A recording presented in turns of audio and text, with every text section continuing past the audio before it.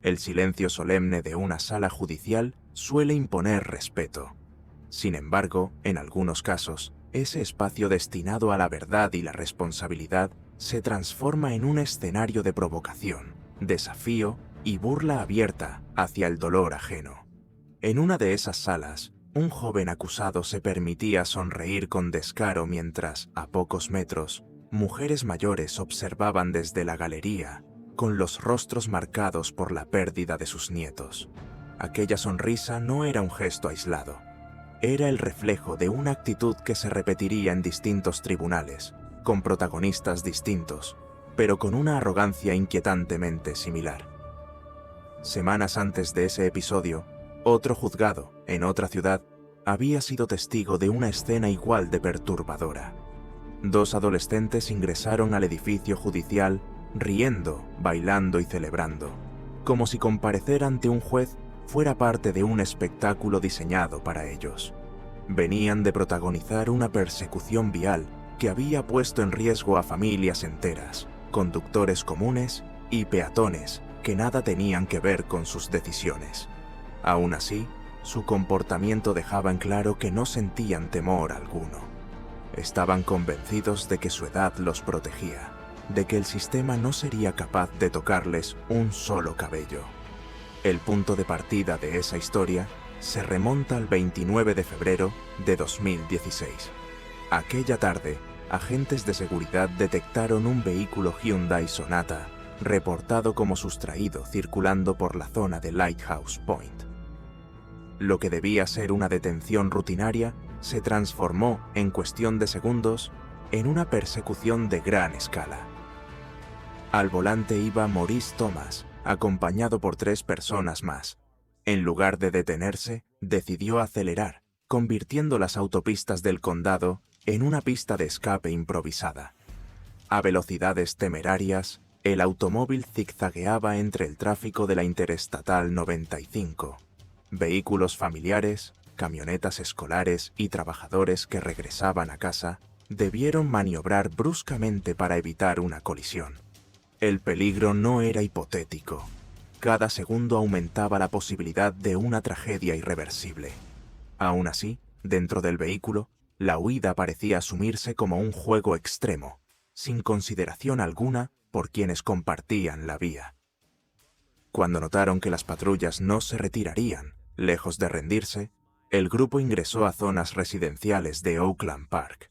Calles estrechas, intersecciones sin visibilidad y áreas donde niños suelen jugar al aire libre se convirtieron en parte del recorrido. Señales de alto fueron ignoradas, semáforos cruzados sin precaución y curvas tomadas sin reducir la velocidad. Las reglas parecían no existir para ellos. El momento más revelador llegó cuando abandonaron el vehículo en el estacionamiento de un comercio en Lauderdale Lakes. El automóvil fue dejado en marcha, avanzando sin conductor, como si fuera un objeto descartable. De inmediato, los ocupantes huyeron a pie hacia un complejo de apartamentos cercano. No se trataba de improvisación. 2 de ellos atravesaron el conjunto residencial y subieron a una camioneta que los esperaba del otro lado. Todo había sido planeado con antelación. La persecución continuó hasta Lauderhill, donde finalmente los ocupantes del segundo vehículo decidieron rendirse. Los otros 2 fueron localizados ocultos en el complejo habitacional. Los agentes esperaban encontrar rostros marcados por el miedo o el arrepentimiento. No hallaron ninguno de los 2. En su lugar, se toparon con miradas desafiantes y sonrisas burlonas, como si todo aquello hubiera sido parte de una travesura sin consecuencias reales. Al día siguiente, 1 de marzo de 2016, Maurice Thomas y Thomas Butler comparecieron ante un tribunal juvenil del condado de Broward. Desde el instante en que ingresaron a la sala, quedó claro que no tenían intención alguna de mostrar respeto. Butler exhibía una sonrisa permanente, resaltada por filas de dientes dorados, posando frente a las cámaras como si estuviera en una sesión fotográfica. Para él, aquel momento parecía una oportunidad de notoriedad. Maurice Thomas, por su parte, reaccionó con visible enojo cuando el juez ordenó su reclusión por 21 días. Su lenguaje corporal transmitía desafío, inconformidad y una negativa absoluta a aceptar que el sistema judicial pudiera imponerle límites reales. Pero lo más inquietante no ocurrió frente al estrado, sino en la galería. Familiares y conocidos de los acusados no acudieron para guardar silencio o mostrar apoyo respetuoso. Asistieron con una actitud provocadora. Una joven comenzó a bailar en plena sala al escuchar la decisión del juez, moviéndose como si hubiera música sonando solo para ella. Otro asistente lanzó insultos contra un guardia judicial, sin importarle que se encontrara en un recinto donde la autoridad debía prevalecer. Las risas se mezclaban con murmullos, gestos y provocaciones constantes. El juez intentó restablecer el orden en repetidas ocasiones, pero cada advertencia parecía alimentar aún más la conducta disruptiva. Los adolescentes intercambiaban miradas cómplices, convencidos de que nada serio ocurriría. Se comportaban como si el proceso fuera una representación sin consecuencias. La situación escaló rápidamente. La paciencia del tribunal se agotó cuando quedó claro que no existía intención alguna de corregir el comportamiento. Entonces, el juez tomó una decisión contundente. Ordenó el desalojo inmediato de la galería. Agentes de seguridad escoltaron fuera a los asistentes, algunos de los cuales se resistieron verbalmente, prolongando el caos que ellos mismos habían generado. Varios de esos acompañantes enfrentaron cargos por desacato y fueron privados de libertad por 2 días. Otros adolescentes fueron enviados a centros juveniles por un período adicional. Lo que comenzó como una muestra de apoyo terminó en esposas, registros y consecuencias directas. Dentro de la sala, ahora en silencio, el ambiente cambió por completo. Sin público que celebrara sus gestos, Maurice y Butler perdieron la seguridad que habían exhibido minutos antes. Las sonrisas desaparecieron. Las miradas desafiantes se diluyeron.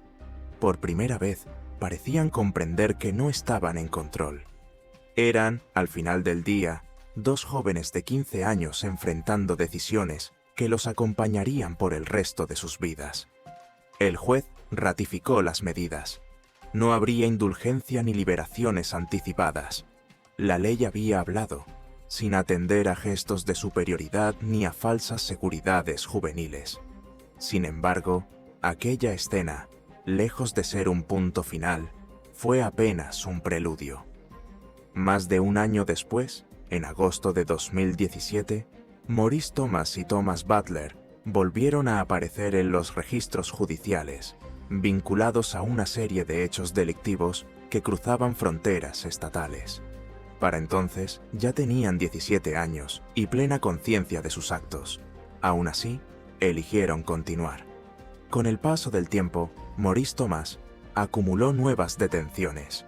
En 2019 fue privado de libertad tras un robo ocurrido en Margate, permaneciendo más de 500 días bajo custodia. Años después, volvió a ser arrestado por posesión ilegal de un arma, pese a su historial previo. 9 años de oportunidades desperdiciadas. 9 años de decisiones que confirmaban un patrón de desprecio por la ley. Pero mientras estos casos reflejaban imprudencia juvenil y reincidencia, otra historia, mucho más oscura, se desarrollaba en paralelo. Una historia donde la arrogancia no solo desafiaba al tribunal, sino que hería directamente a quienes habían perdido lo más valioso. Allí no se trataba de vehículos sustraídos ni huidas temerarias. Se trataba de vidas arrebatadas. En mayo de 2016, la ciudad de Louisville, en Kentucky, fue sacudida por una serie de hechos violentos que dejaron a la comunidad exigiendo respuestas. 3 personas perdieron la vida en circunstancias distintas pero conectadas. 2 de ellas eran hermanos adolescentes, Larry Ordway, de 14 años, y Morris Gordon, de 16.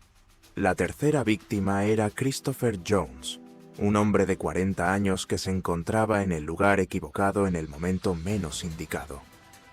En el centro de todas las miradas apareció Bryce Rhodes, un rapero local conocido como Rambo. Tenía 25 años y un historial previo que incluía episodios de agresión y robos. Sin embargo, nada en su pasado preparó a la ciudad para las acusaciones que ahora enfrentaba. El desafío para los investigadores era enorme.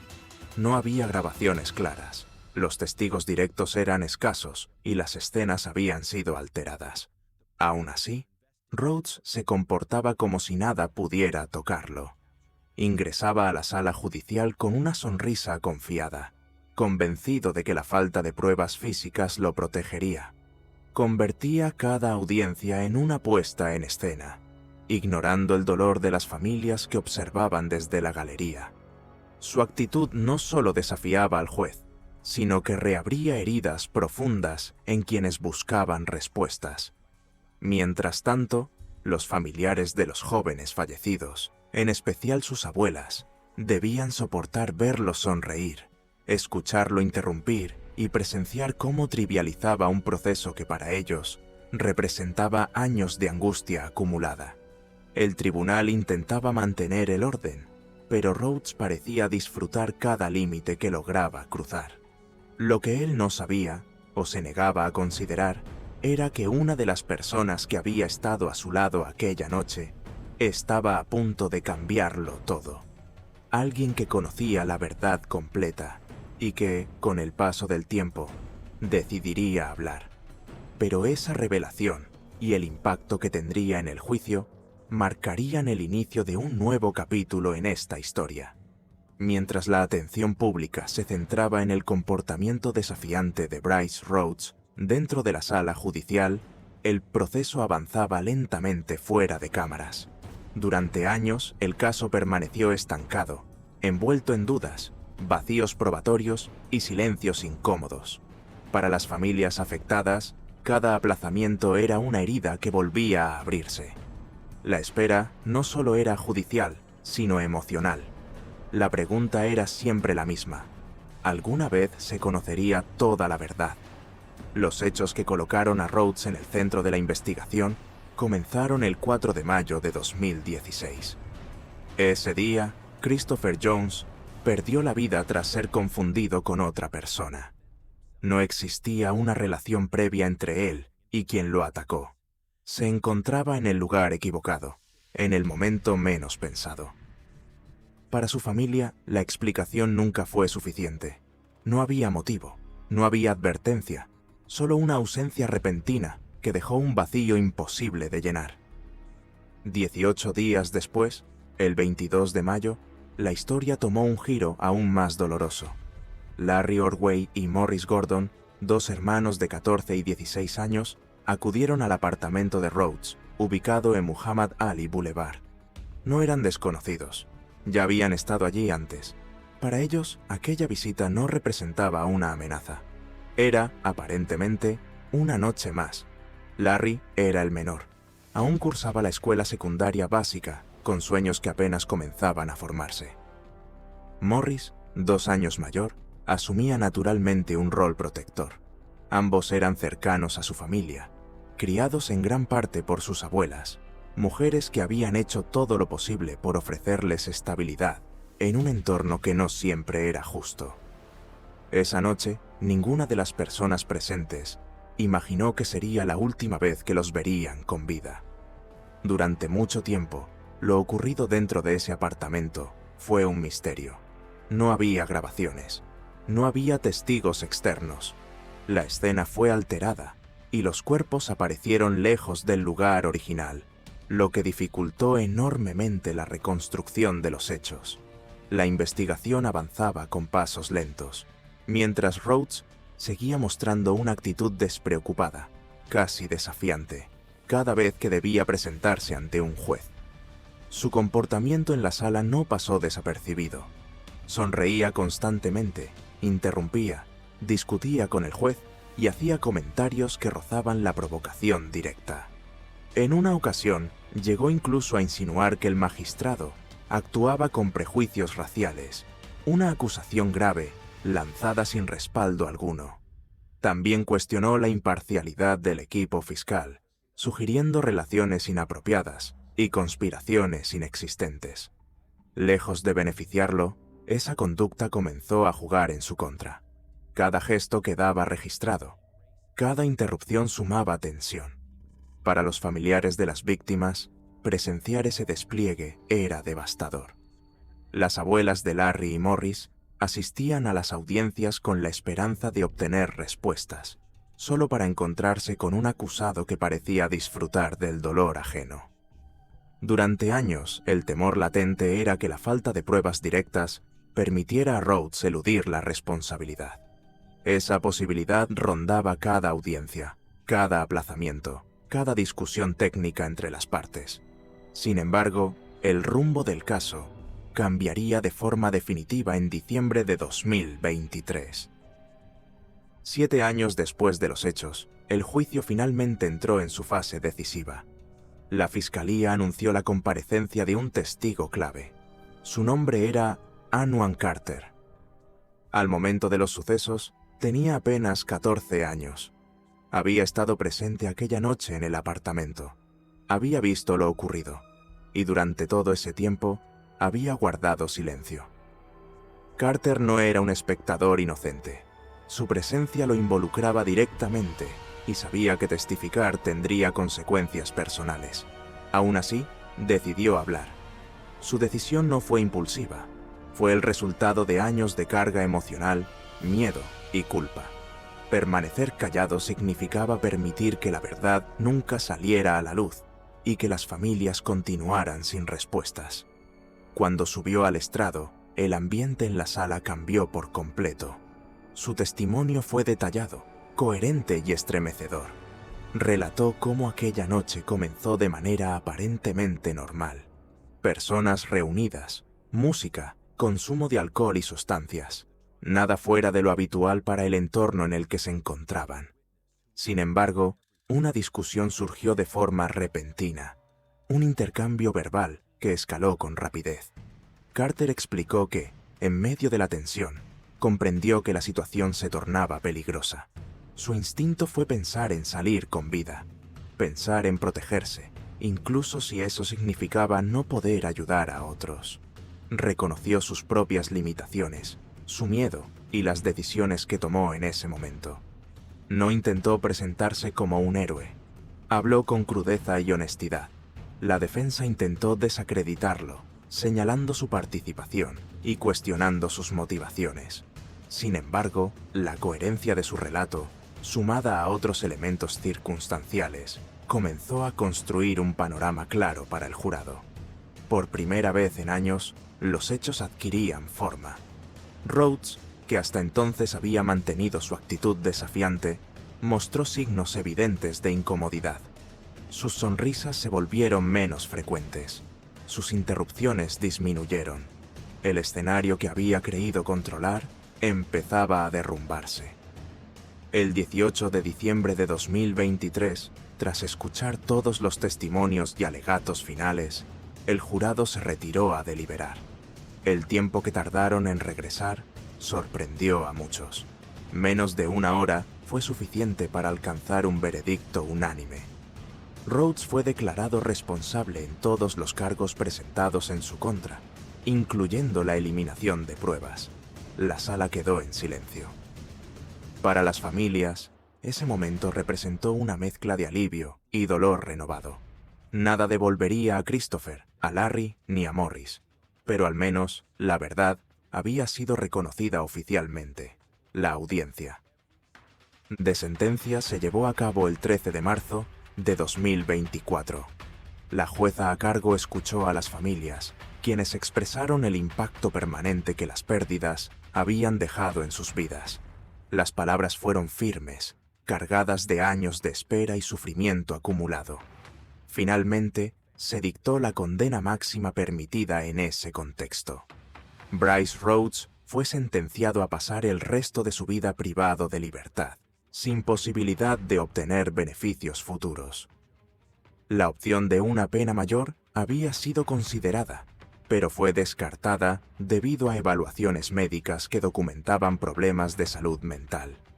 Aún así, la sentencia aseguraba que no volvería a representar un riesgo para la sociedad. Para Anwan Carter, su cooperación tuvo un peso determinante. El tribunal reconoció que su testimonio fue esencial para esclarecer los hechos. Si bien enfrentó consecuencias por su participación, recibió una condena reducida, con la posibilidad de acceder a beneficios según su comportamiento. El juez destacó el valor que implicó romper el silencio y asumir la responsabilidad de decir la verdad. En la galería, las abuelas de Larry y Morris se abrazaron. No era felicidad, era cierre. Era el final de una espera que había durado 7 años. Sus nietos no regresarían, pero al menos ya no tendrían que ver al responsable sonreír impunemente en una sala judicial. El caso de Bryce Rhodes dejó una lección inquietante. La arrogancia en los tribunales no siempre proviene de la inmadurez juvenil. A veces es una estrategia, una máscara, una falsa seguridad que intenta intimidar, provocar y desestabilizar. Pero, como quedó demostrado, la verdad encuentra caminos inesperados para salir a la luz. Desde adolescentes que se burlaron del sistema creyéndose intocables, hasta un adulto convencido de que su confianza los salvaría, todos compartieron una idea peligrosa, que las acciones no tendrían consecuencias reales. El tiempo se encargó de desmentirlos. Este caso no solo habla de justicia, habla de silencio, de miedo, de decisiones tardías y del peso de la conciencia. Habla de cómo una sola voz, incluso después de años, puede cambiar el rumbo de una historia entera. Ahora la pregunta queda abierta para quien observa desde fuera. Si hubieras estado en el lugar de Anwan Carter, ¿habrías hablado, aún sabiendo lo que te costaría, o habrías guardado silencio por temor? Déjanos tu opinión en los comentarios, comparte este reportaje y suscríbete para seguir acompañándonos en la reconstrucción de casos reales que marcaron a comunidades enteras.